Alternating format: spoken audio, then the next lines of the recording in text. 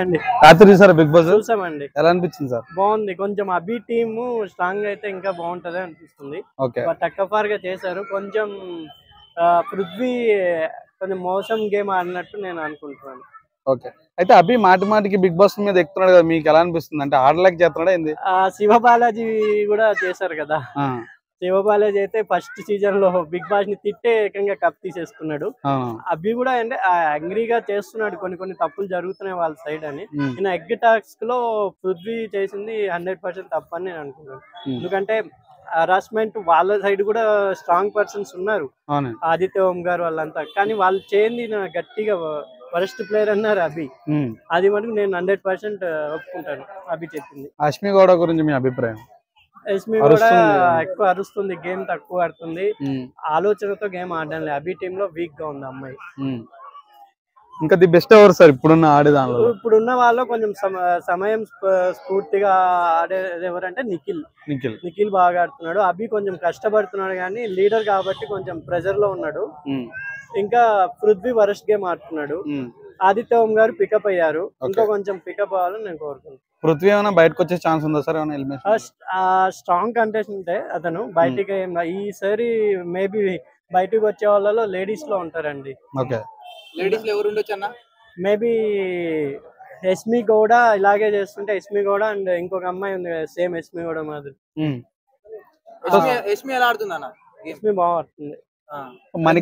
మణికంఠ రాత్రి కొంచెం ఏదో కింద పడిపోయాడు కదా, జెన్యూన్ అంటారా యాక్టింగ్ చేశాడు అంటారా? యాక్టింగ్ అనిపిస్తుంది. అబ్బాయి అంటే అంటే ఫ్యామిలీ అంటున్నాడు, అంటే అది అంటున్నాడు కాబట్టి కెమెరా లేని చోటుకి ఏడుస్తాను రా బాబా.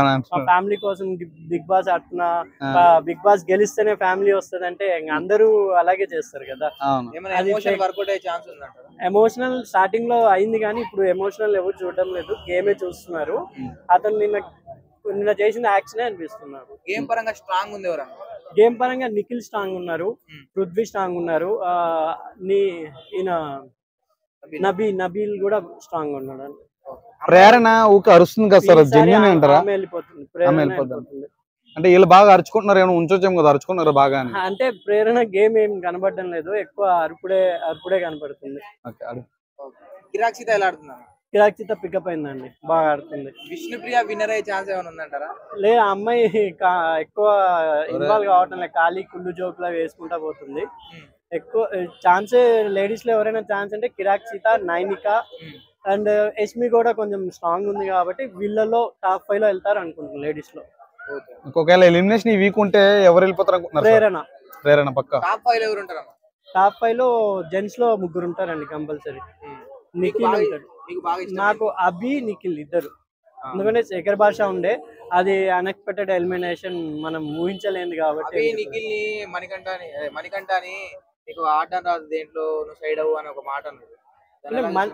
మణికంఠ వాళ్ళ టీం వాళ్ళకే సపోర్ట్ చేయడం కదా అబ్బాయి. మొన్న చంచాలగ్గా చేశాడు, అది క్యాబేజ్ ఆట చూసింటారు మీరు, అది కొంచెం ప్రేయర్ గా ఆడలేదు అతను. ఊకే ఏడవడం ఎలా చూస్తున్నారు అన్న? అంటే ఎమోషనల్ వర్కౌట్ అయితే చూస్తున్నారు, ఎమోషనల్ గా అవుతుంది అని అనుకుంటున్నాడు. కానీ అబ్బాయి నిన్న కనబడిపోయింది అందరికి, ఏదో దెబ్బ తగిలినట్టు యాక్ట్ చేశాడు ఫ్యామిలీ కోసం, అది